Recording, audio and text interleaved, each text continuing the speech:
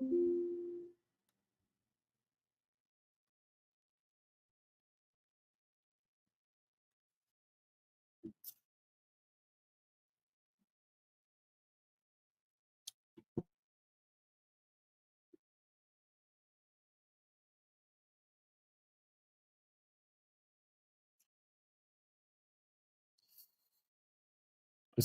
alaikum, everyone. Welcome to the live webinar of Supply Chain Talks. Today, our topic is uncovering the hidden costs and exploring inventory inefficiencies in supply chain. Today, our guest speakers are Waqar Ahmed Sheikh, who is the Director of Supply Chain at L'Oreal Saudi Arabia, and we are also joined by Nateem Batawi, who is the Chief Supply Chain Officer for Al Rabia. So let me bring them on board. Assalamu alaikum, everyone. Assalamu alaikum, Waqar. Assalamu alaikum, Naeem. Welcome to Supply Chain Talks webinar. Pleasure to have you both here. And if we can, obviously, I would like that if before we start and dive into our discussion on inventory inefficiencies, if you can please introduce yourselves. So I would request Naeem, if you can please start off with your introduction, and then Waqar, you can follow, please. Sure. Okay, assalamu alaikum, everyone. This is Naeem Batawi. I'm a Chief Supply Chain Officer in Rabia. I have almost 20 years experience in supply chain, and I hope today we can add something to the colleagues who's attending this session, and I hope we will be light as well. Thank you. Inshallah. Assalamu alaikum, everyone, and welcome. So I'm Waqar Sheikh. I have around 20 plus years of experience in manufacturing and supply chain. Of course, started off with project engineering and then precision engineering, then manufacturing, quality assurance, and for the past now around 12 years on supply chain. So glad to meet you all, and hopefully you will benefit from the discussion we will have today. Thank you, Waqar. Thank you, Naeem, for taking the time out and joining and for the introductions. Obviously, what I see is between the three of us, we have almost 60 plus of supply chain experience in the single screen. So alhamdulillah for that. And the good thing is that all three of us are here in Saudi, and we are at the epicenter of the global supply chain. I now term the Kingdom of Saudi Arabia as the epicenter, as where everything is happening. People might call it, earlier it was China, the US, the Europe, and everything, but now everything what is happening, it is Saudi Arabia. So you call it logistics, new manufacturing, or you talk about future cities, you talk about supply chain and strategy, sustainability, everything is happening in Saudi Arabia. So it's a pleasure, definitely, to be here. So let's start off. So my first question for our esteemed guest is basically that, can you share, and since we are talking about inventory inefficiency, so can you share examples of common inventory inefficiencies that you have encountered over the years of experience that you have in your workplace, in your jobs, and what are the underlying causes from your perspective? So Waqar, if you would like to take this on first, and then Naeem can share his thoughts after that, please. Sure. I think on the common inventory inefficiencies, there are a lot of different aspects to it. So of course there is a very simple aspects or very obvious aspects of overstocks, and then there are like inefficient stocks. Of course, both of them have their underlying reason, or there can be many underlying reasons. But of course, the common themes are an improper demand forecasting, etc. But then there are also some other inventory inefficiencies which are not so obvious and not so really, apparent. Of course, if we break them down, it can be excessive safety stock. It can be inventory inefficiency because of, for example, poor master data or manual data entry practices, or the storage inefficiencies. So all of these are commonly termed as the inventory inefficiencies, which at the end of the day are hitting the organization, are hitting the running of smooth running of the operation within any organization. Thank you, Fakar, for the insights. Naeem, please, you also add on. Yeah, just to add on the excessive stock and the shortage of stock, which has a common issues like the bad forecasting for that due to the lack of the techniques or the poor communication between the departments. These two things, it's a let's say common issue also led to the excessive and stock shortage, as well as there is an obsolete, let's say, expiry inventory, also, and inefficient warehouse layout. These two things as well, it's a common between the companies and manufacturer facing the issues due to the also the bad forecasting, low accuracy there, bad communication between the departments, and as well as the poor let's say poor systems. Sometimes there's a systems which is we can say it's not supporting to have a right decision at the right time. Okay, great. I think very valuable points added by both of you guys. And basically, then, once we have identified the possible underlying causes, and this leads me to my next question to both of you gentlemen, that based on these, underlying causes or what basically contributes to inventory inefficiencies.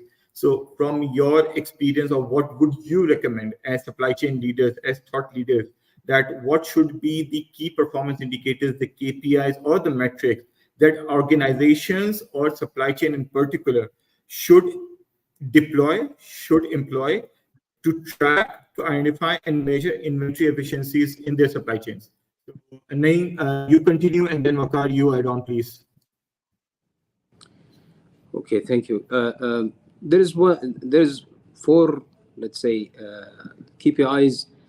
Unfortunately, it's not taking place in most of the companies. Let's say the stock out, or the stock out rate, which is very important to be measured, to know what is the opportunity that the companies lost, and as well as to quantify the quantity, or let's say to measure the value of lost opportunity. And it depends on the number of the out of stock and the total number of the order time. For sure, this number lower stock out, it's indicating green, let's say, and positive, as well as the cycle time, which is the measure the time taken complete from the placing order up to delivery, which is also very important, and it's common not used, not calculate, or not taking place and focus from the companies. Okay, right. Sure. Waqar? Sure. So for me, I think all of the indicators which we actually see in any supply chain dashboard are some, in one way or the other, an indicator of the inventory efficiency or inventory performance, right? And we start off with the most basic one, which is, for example, the demand forecast accuracy. So the forecast accuracy, the better the forecast accuracy, the better you can have the confidence that the supply teams are actually planning for success, right?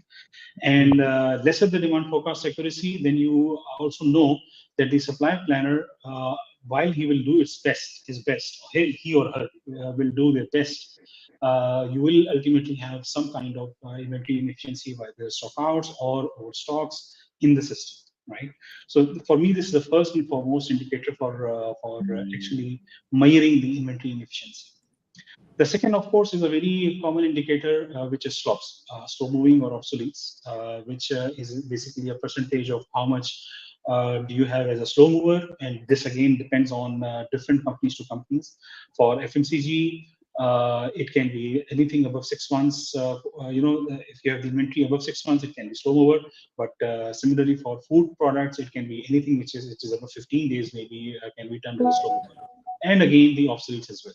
So as a percentage of inventory which is lying there, which is of no use and will ultimately get expired, or will be just occupying the warehouse space is a very major indicator of telling you that, okay, where these inventory inefficiencies exist and how they will manifest in other areas as well. Similarly, I think if we just move a bit down towards the supply chain, if we go towards the customer, right? So if, for example, we are measuring the case fill rate, which is basically, or commonly termed as fill rate, so just assessing that how many orders are being fulfilled without any stockouts. That will also be an indicator that, okay, how much of an under delivery or how much of inventory doesn't exist, how much, for example, opportunity cost you are losing on it. At the same time, how much of your market share the competitor is going to take in even temporarily, which will again open the doors for future converts. So, and if I say that, for example, if we then again go deeper into the customer care, for example, the cash to order side, order to cash cycle. So again, it will tell us about the indicators will tell us, how much the overall system is recovering the inventory through the sales, how much is, for example, being lost because of unavailability, etc. On the other end, the oversupply end, for example. So even the inventory carrying costs, if you have a target and you're seeing that, okay, the inventory carrying cost is increasing, we can really make a sense that, okay, this is being occupied with by dead inventory. So for me, almost every KPI ultimately leads and ultimately is giving a message that, okay, maybe there's an inefficiency in the complete supply chain, in the inventories, in one way or the other. Okay, thank you. I think another question, and I would call it kind of related to it, but a little bit to add on. What happens, see, in a lot of organizations, since we are very sales centric and everything, a lot of inventory to achieve targets is pushed also into the the extended supply chain towards our distributors or towards that. So again, as a supply chain leader, this question comes to my mind, that what should be done to refrain from this? Okay, there's one thing that the forecast and forecast accuracy, and that can be done, but that is not always the case. But what else can be done as a supply chain leader that you would like to share to avoid this? Because this leads to inventory inefficiencies as well, that inventory is at the wrong place at the wrong time and is just lying over there. And you are increasing your logistics cost, you're losing out opportunity costs, your holding cost is increasing. So again, Waqar, and then Naeem, if you can add on to that. So Waqar. Sure. So for me, again, there's a paradigm shift. What I'm going to talk about. Okay. Normally, the organizations are working on primary forecast, whatever they are selling to their customers, right? And their focus or their attention to what their customers are onward selling is not really there in many companies which I've experienced. So I think what you're talking about, the pushing, the sales pushing, etc., and then the over inventory will align at the warehouses with our customers, and then the creating another layer of issues. For me, I think this will start reducing when the focus of the organizations becomes to the secondary focus. What is being taken up by the consumer, right? What is the stock level at the customer? Of course, sometimes in our relationships, in our supplier management, in our customer management, we are able to push for right or wrong reasons. But when we change the focus towards what the consumer is picking up versus what we are selling to the customer, because again, the primary will become just a mathematical equation, right? On a set inventory level, stock level, you can just automatically calculate the primary. So it will be there. It will be there for the budgetary purposes, for the financial purposes, etc. But then the focus will start being on genuine demand, organic demand, versus being a push. Okay. Thank you, Waqar. Thank you for the insight. And Naeem, if you would like to add to this, that how do you handle this? Yeah. I can say for the, let's say, external issues can happen, like the global events, which can significantly impact on the inventory. So for sure, there's a lot of things can be happening for the demand fluctuation, supply chain disruption, and trade barrier and regulations. So let's say for the demand fluctuation, for sure we need to monitor what is the global being done. We can say what happened. We can recall for what happened for the pandemic and the ship which is closed the Suez Tunnel, as well as the a lot of issues. So what we can do, how we can mitigate that one. So we need to implement the demand forecasting models, which is very important to depend on the historical market rate and external forecast. Also be flexible, or let's say have the flexible supply chain network. And I think all my colleagues touched that during the pandemic.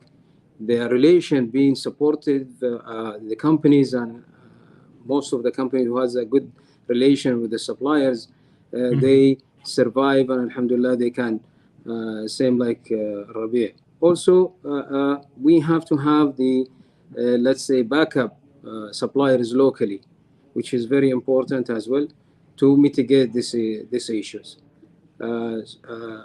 Let's say also for the trade barriers, which is like regulation, it can be changed every day. We should stay informed about the trade policies and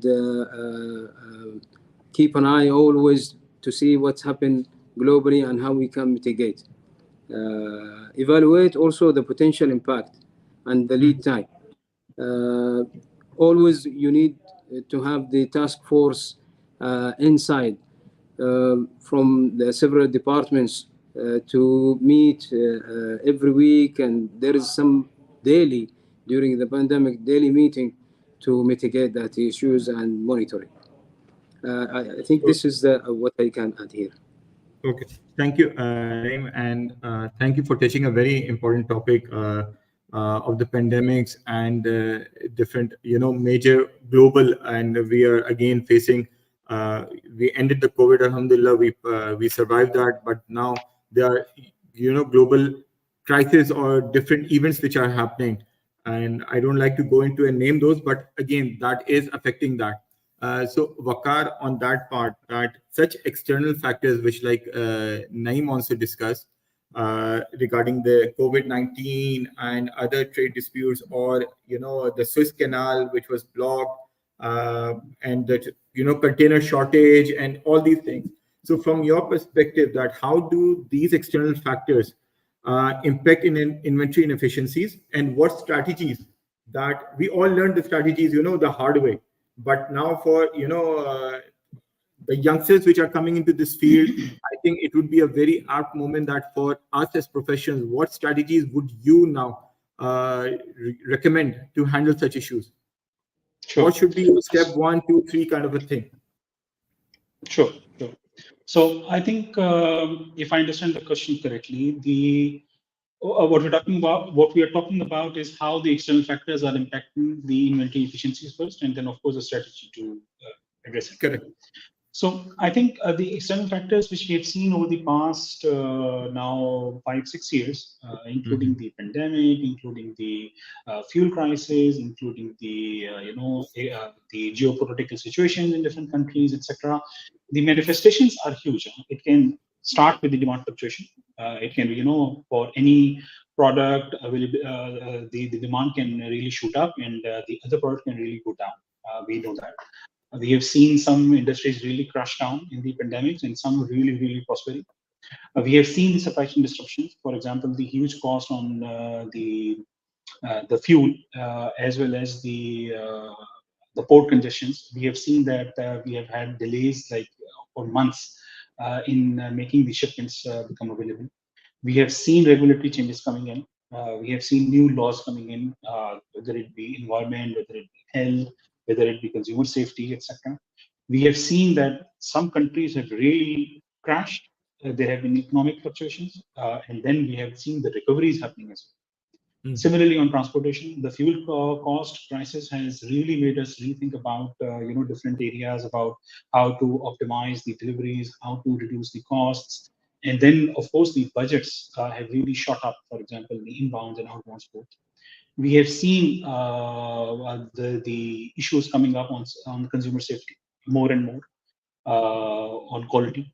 And at the same rate, at the same time, from the larger macroeconomic situation, the foreign exchange has really played havoc with the economies as well as supply chains.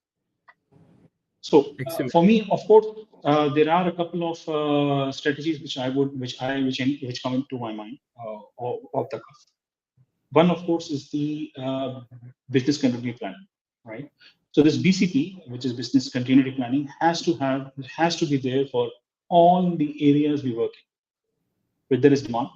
So, for example, if we see that there will be demand volatility, we should know that how to cater. Diversify the portfolio, have the right SKUs. Some will work, some will not work, etc. We know that for example, some factories were shut down. So what will be the availability? How will you ensure the availability? What will be the alternate source? Similarly, on regulatory changes, we need to invest in good regulatory and good legal bodies who keep. Not everyone can be up to date all the time, but then you have to have strong partners who will keep you up to date.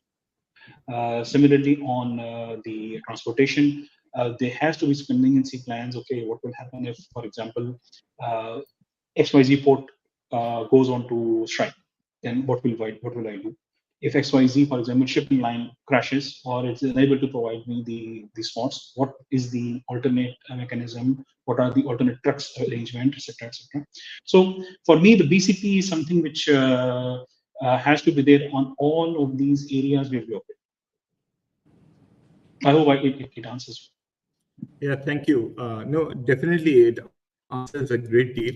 And Naeem, if you would like to again add on to this further about the strategies that you think are very relevant for such pandemics. So if you can share a few thoughts on that. Yes, for sure. This let's say global events, it's also impact on the currency fluctuation and also pushed more for the technology.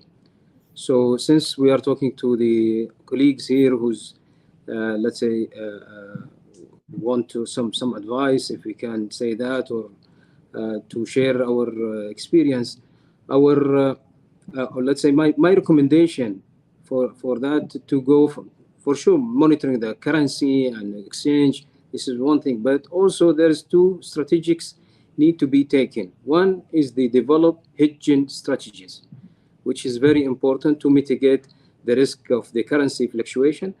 Also, the negotiate the long-term agreements, and it is critical here.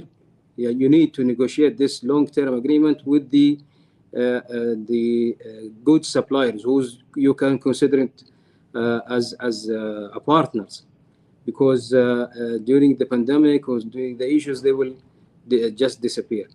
But if they are as a partner with you, so you can negotiate a long-term agreements.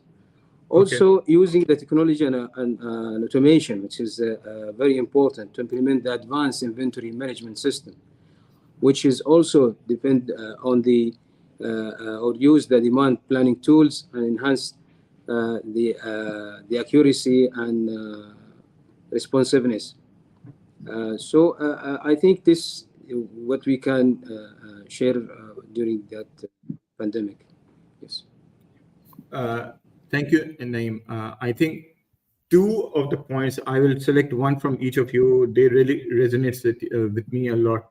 And I advise this to a lot of people. The first one that Naeem, when you mentioned that, what had happened over the many years that suddenly we started, going after global suppliers, concentrating our suppliers to one area and trying to go for minimalistic cost over these things. But what pandemic has showed us, and that, links with what Waqar said on the BCP, that business continuity planning, that Naeem said that the local supply importance became very, it came out very largely, that we were so reliant on longer lead times, less cost, and suddenly there are no containers, the factories are affected, there's no workforce to handle those, and most of the factories or suppliers are based in China, and China was shut down, international trade was hit, and these things. So BCP and these things have allowed us that, I term it that local, I would say that global and local, but there should also be something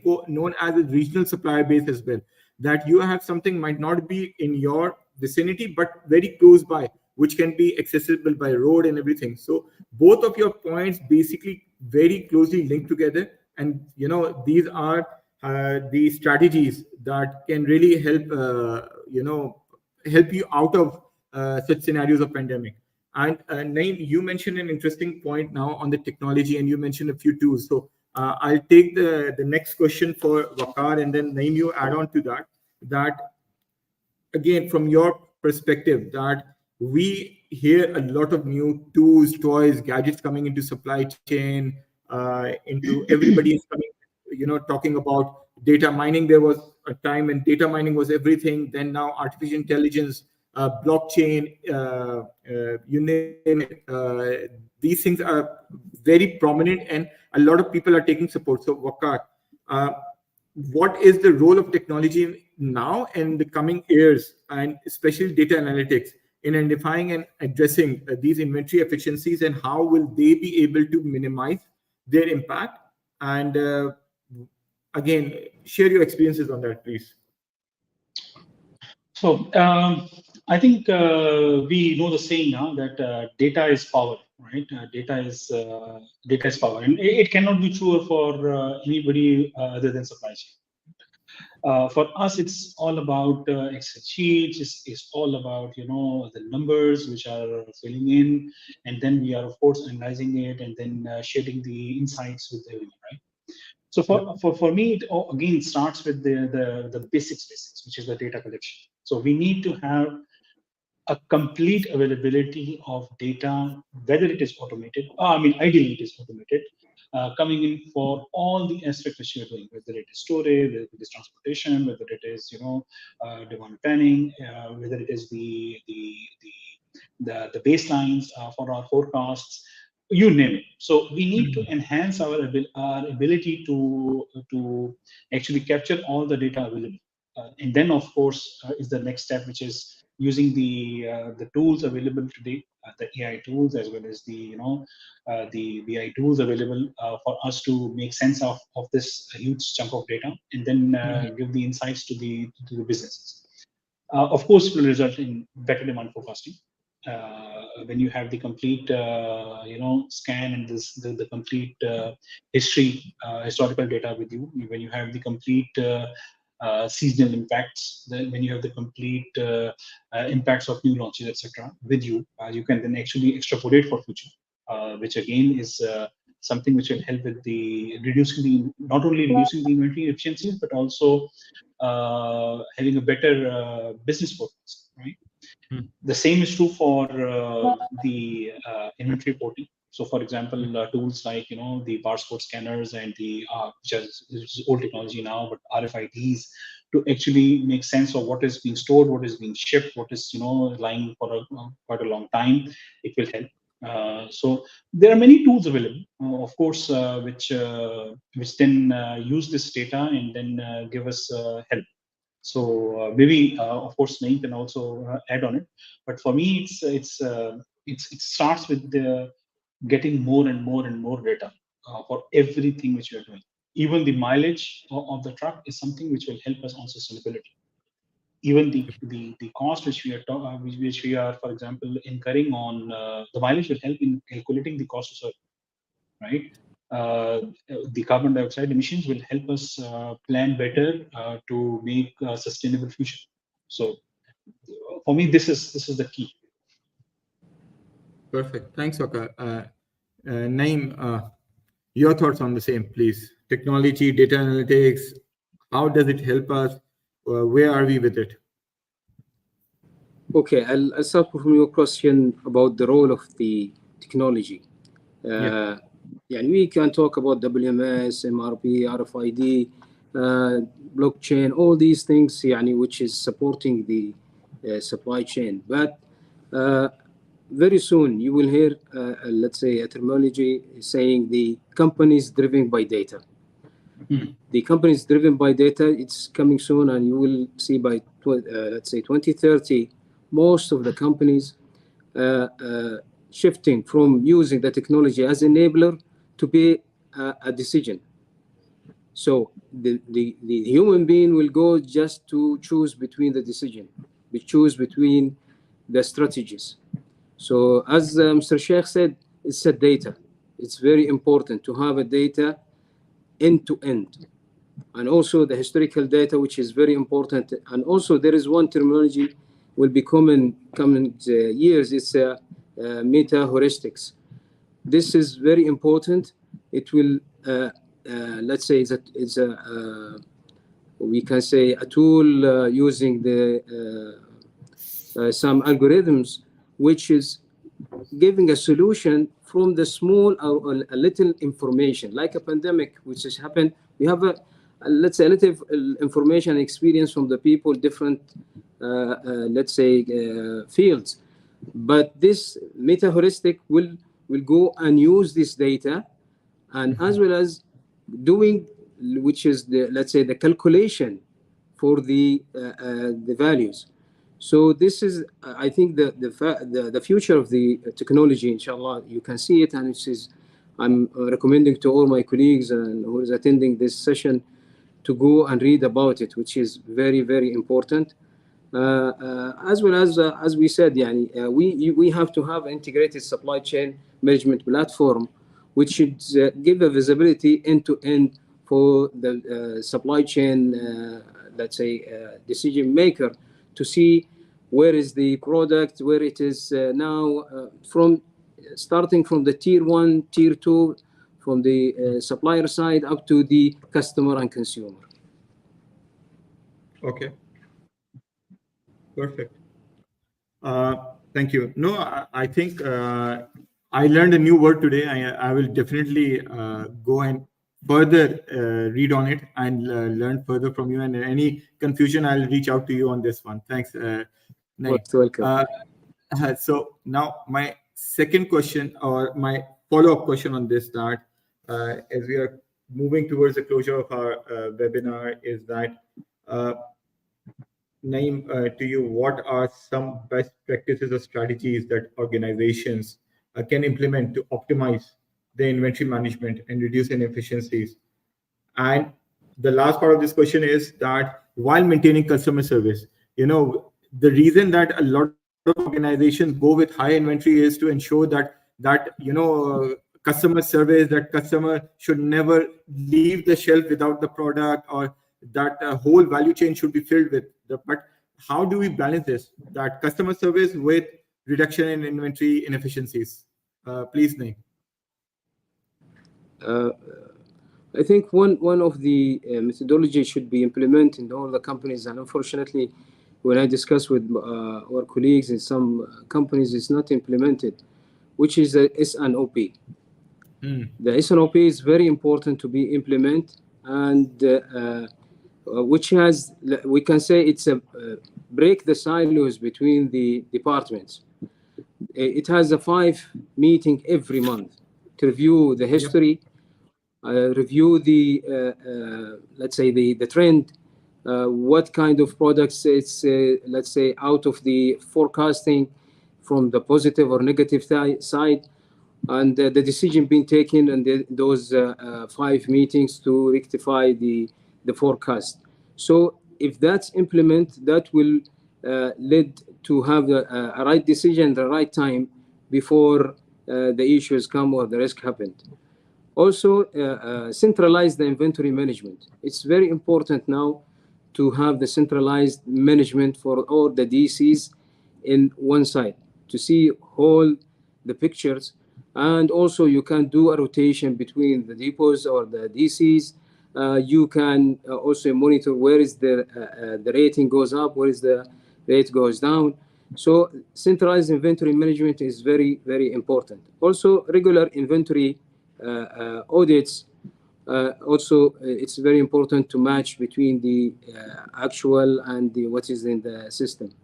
Number 4 is the ABC analyzer. I think it's common and everybody knows that, but it's very important to know the surface level of each an item or the class.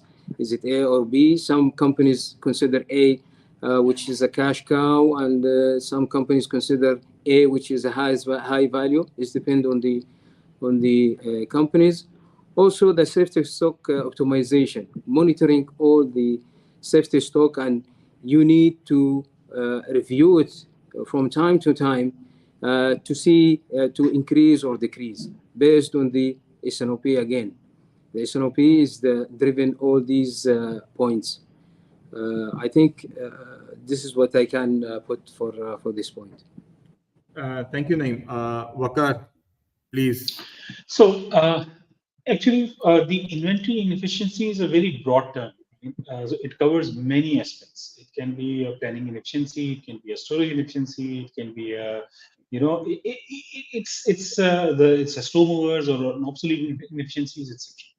So for me, I think the principle remains that whatever you want to improve or whatever the problem is, first of all, you need to assess where is the problem, right? And then when you start assigning some metrics, some KPIs, some scores, and then start monitoring them, you get what result you want, what you need, right? So if, for example, you have a higher, let's say, high DOCs, right, high days of coverage, or a high stock on hand, whatever, however you want to call it. If you want to decrease the overall inventory value, then of course you start tracking it, and then you start analyzing the underlying parts. That okay, you put yourself a target that okay, I will, for example, have a 25% reduction in the stock on hand. Then I start analyzing that okay, what's going on with the stock? Why is it so high? Why is it, for example, high on some areas, low on some areas are functioning well, etc., etc. And then you start discussing it. So for me, the best practice or the best strategy for us as supply chain professionals is that wherever the inefficiency is, we need to start having the data to track it, and then of course have the task teams, etc., to work on it, etc. And again, one of the most important part is the cross-functional collaboration. We need to partner with the business. We need to partner with the finance. We need to partner with the sales teams, etc., the marketing teams. We need to partner with them, and we need to understand what are their deliverables and what are our deliverables, and then we have a combined effort to actually achieve to reduce the inventory efficiency. For example, for us, the high stock is a comfort zone, right? High level of stocks is a comfort zone. It saves us. It saves us from any potential stock hours on the availability issues, etc., etc. But at the same time, it's a big hit for finance teams, which is it's cash stuck, right? So then there are two opposing forces going in opposite directions. One wants to reduce inventory, one wants to increase the inventory. And again, through this cross-functional collaboration, we will come to a solution where both of the partners who are working for the same company, by the way, will reach to a common ground. So these two things, the monitoring scorecards, and of course the cross-functional collaborations. Two strategies. Thank you, Waqar. I will just add my few thoughts, and I will link again 2 points that each of you mentioned. Naeem, you mentioned SNOP, sales and operations planning, or what now a new word is business optimization and these things. And Waqar, you mentioned something very nice and relevant again to what Naeem said, that the cross-functional teams and both the people or both the departments or the department, they are all working for the same company for the same target, and there should not be any fighting or going against each other.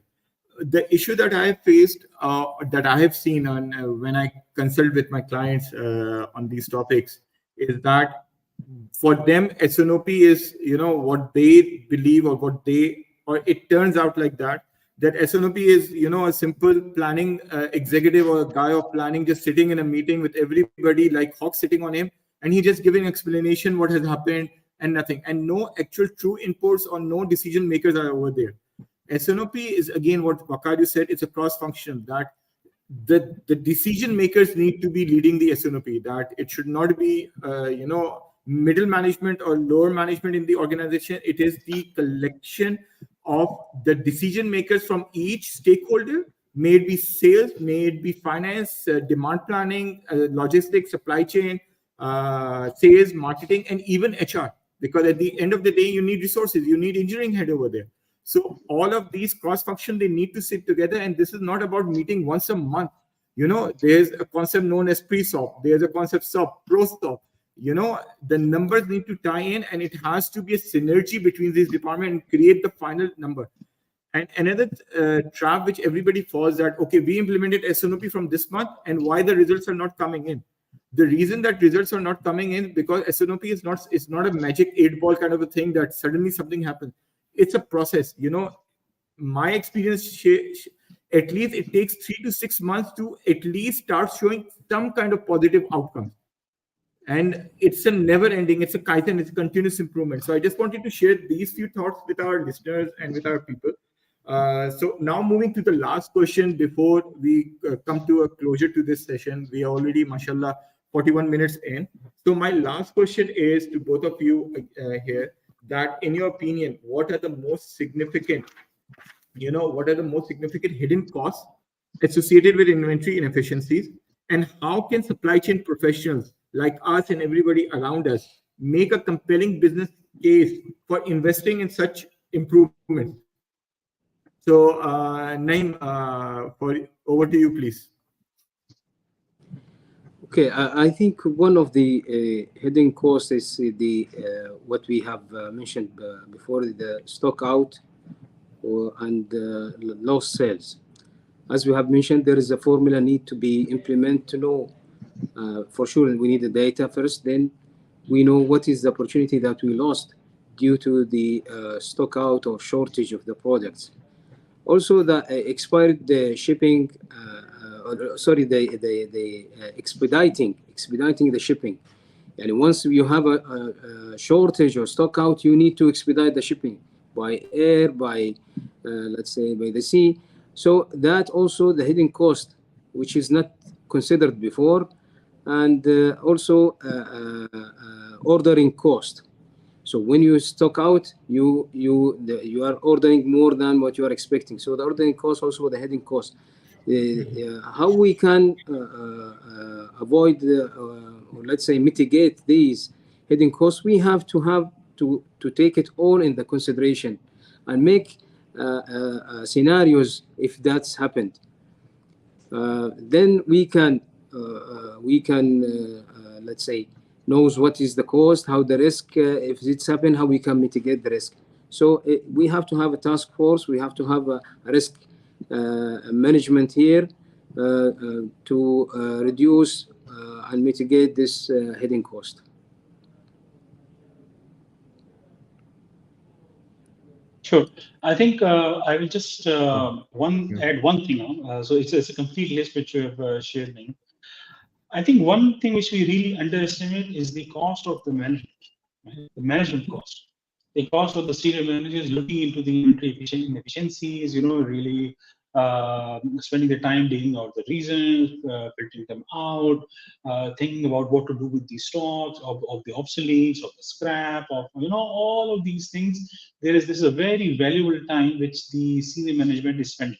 It's costly, of course, because that time can be spent on further developing the businesses, expanding your distribution, etc., etc. So I'll just add this little bit to what the complete list name shared. Thank you, Waqar, for your input, and thank you both of you, Naeem and Waqar, again for a wonderful session. This was the last question from my side. I will, again, if you would like to add on something, or if you want to discuss further something at any point, the floor is all yours. Otherwise, we have a few comments and a few questions from our listeners, so I can put up those questions. So the floor is yours to both Waqar and Naeem. Sure. I think I'm reading the comments, so I would like to start by answering one of the questions which Mas has asked, is the role of the warehouse manager in the SNOP process. It's a very interesting question. The SNOP process, and especially for fast-moving items, that's also very relevant. So For us in the fast-moving FMCG world, right? What is the most important part is our forecast and our capacity to support the business in the future, right? Where is the inventory coming in? Where is it leaving? Where is it stored? Warehouse. And I'm assuming that, okay, I will, by the role of extension, I will include the logistics manager there as well, right? But even if for particularly the warehouse speaking, how do you calculate the capacity? Today, your business is doing 100 million, for example, right? Next year, your capacity, your projection is 120. The year next is 140. Where will you have the capacity to store? Where will you have the capacity to process? Where will you have the capacity to actually receive inbounds and outbounds to your consumers? This is all the warehouse manager. So in the overall S&OP process, the guarantor for the future is the warehouse manager, actually, which is going to enable the whole company by presenting his capex plans, by working on the capacity expansion of his stocks, of his storage locations, of his accuracy in the inventory, etc., etc. So he has a very important role to play, and I would strongly suggest and urge for the logistics as well as the warehouse manager to be a part at least on a quarterly basis with the S&OP process when you're making the quarterly estimates, trends, or the budget, etc., etc. Yeah. Naim, would you like Thank to? you. So thank you for the question, by the way. It's a very good question. I really appreciate it. Yeah. Thank you, Ms. Ferd. So, Naim, would you like to add something to it? To the S&OP itself, يعني for the warehouse manager. Yes, exactly. So the role of a warehouse manager in an S&OP process, especially for a fast-moving, you are from the industry of fast-moving, and nothing moves faster than Al Rabia juices. Yeah, for sure. Yeah, the let's say the manager of the warehouse, he should know also the planning of the inventory. And then S&OP also considering the planning of the inventory each and every month.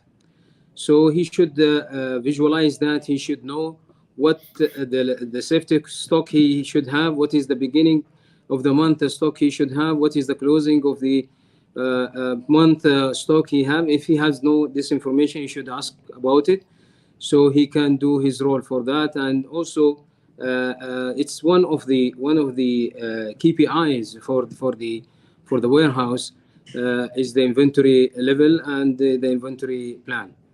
If you allow me just to add to this session, since we are talking about the technology, for sure our colleagues here now thinking about how to convince the management to implement the technology.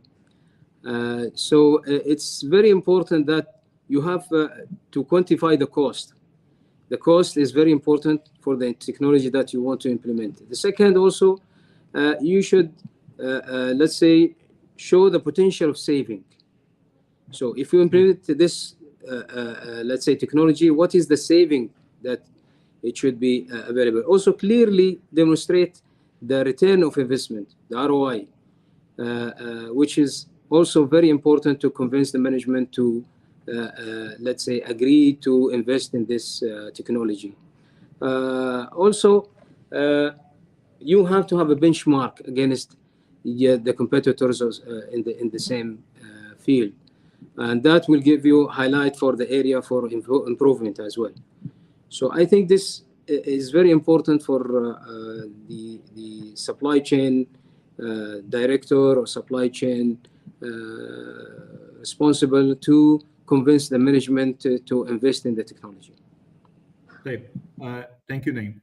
We have received a good amount of questions, so we will try to go through them quickly. Waqar, this next question, I will put it up to you, and then the question after this to Naim. So one gentleman, Osong Christian, I hope I'm taking the name correctly, is asking what is supply chain optimization. So if Waqar, if you can quickly give your insight on supply chain optimization.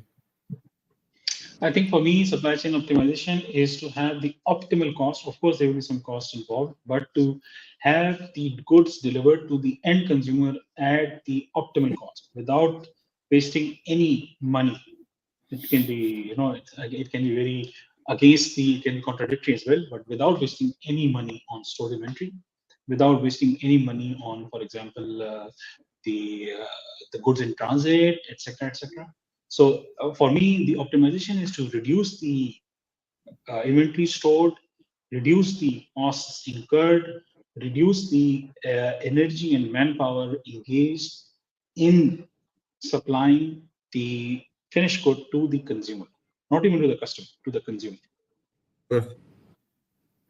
Thank you, Waqar. The next question, I would enjoy taking this. This is very much for me. Fine. So the next question is from Atif Jamil, and he is asking, how can we liquidate non-moving stock? This is $1 million question, my friend Atif. And we as supply chain leaders have been scratching our heads, pulling our hair all our careers that how do we do this? Because non-moving stock, we bring in inventory based on forecast. And if something is non-moving, this means that there was a disconnect between a forecast and the actual sales. One reason. The second one, there might be other factors as well, that when the inventory was needed there was a supply delay, or 1001 reasons create to that. And this is very close to my heart because both of these gentlemen, Naeem and Waqar, know that what I will take this to. Recently me and my team, my fellows, we launched a certain digital solution. And this is the very question that we are trying to answer. And we call it INVEX, INV-X. And my plan was not to talk about INVEX in this section at all. But INVEX is something that we have just implemented and launched in Saudi Arabia. And, we talk about integrated circular supply chain. And this is the very question that we are trying to help organization liquidate their non-moving stock by not throwing it away, by the concept of integrated circular supply chain. So Atif, for this question, if you want to know more, you can connect with me separately and I can take you through this whole concept that how can non-moving can be liquidated. The next question is from one gentleman, Zahid Malik. And Naeem, I will ask you if you can handle this. The question is how to bring buy-in among all the stakeholders in formulating and implementing SNOP. Okay, good question. It's you have, first of all, as a supply chain leader, you have to understand the SNOP, what is the pros and cons there, and how that SNOP will help the company, the organization, to take a decision the right time, as well as how this SNOP can break the silos between the departments. So it is very important, and I think you, as a leader, you should know the benefits of that. It's very, very huge. As we discussed, maybe all what we have discussed is the benefit of the SNOP.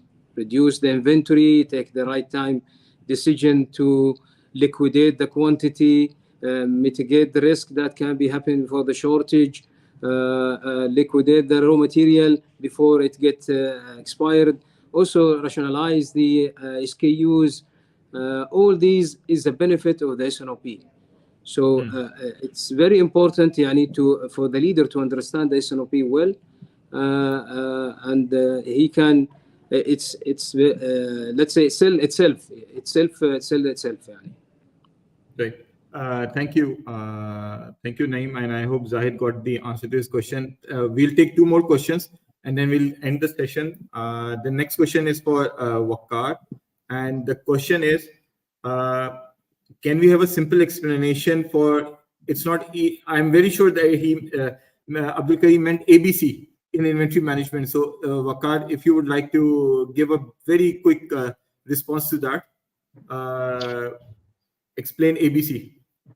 Sure. So for ABC classification, and I'll not go into the technical detail, but I'll just give you the idea, and then you can actually read about it. It's a concept where you spend 80% of your time on the SKUs which are really, really performing. So we classify SKUs or products as per A category, B category, C category, and D category as well. So A category is basically maybe the 20% or 10%, I don't know, based on the business of the SKU list, which is giving you 80% of the business, right? And this 80-20 principle, it applies across businesses. So in reality, the top 20% will be giving you 80% of the business. So you start focusing on their availability so that the business is secure, right? Instead of focusing on B category or C category, or even worse, D category products, which are like their sales is very low. Their sales, for example, is very low, and it doesn't matter even strategically, etc. So instead of wasting time there, you focus on the A category, because the A category product, which are only 20% of your SKU list, are going to drive the business for you in all the major customers, right? Their availability will mean availability on the shelf. Their availability will mean that your consumer is satisfied. And then, of course, accordingly, you have the next 20-30% as B and then C. It has an impact on the stock days you want to carry. It has an impact on how much you want to push or sell to your customers. It has an impact on how much investment you want to do on marketing as well. So this is the ABC classification. Perfect. Thank you. Thank you, Waqar. For Abdul Karim and the remaining, what the ABC classification, basically, it comes from the Pareto principle. And I'm just sharing a link of a small YouTube video, which is available on Supply Chain Talks YouTube channel as well, which talks about the Pareto principle. So guys, you can have a go at it as well. The last question that we will take is from Muhammad Khan 123. What is the best strategy due to bulk buying of seasonal products in the crop industry if procured for 6 months period and its storage cost gets higher? Please comment on it. Is it a right approach? So Naeem, if you would like to take this, or Waqar. I can offer my insights on this. Please, Waqar. From my limited experience, I think you need to investigate the concepts of drying, right? Especially the agri and the fruit products. You want to investigate the concept of drying the product, because it will of course prolong the shelf life. It will make it lesser weight. It will reduce the size as well. And then again, you have multiple types of drying. Right? You can have the deep freeze drying, you can have the steam drying, you can have the sunlight drying, heat drying. So it depends on what your need is. But this is something which might be the best strategy to do any kind of bulk buying of seasonal products. Perfect. Thank you. I think now we come to a closure. It was a good 1 hour session with both of you. And I learned a lot, and I hope the listeners also learned a lot from us. And the questions were amazing. That shows that people were actually listening to us. So that's a good thing.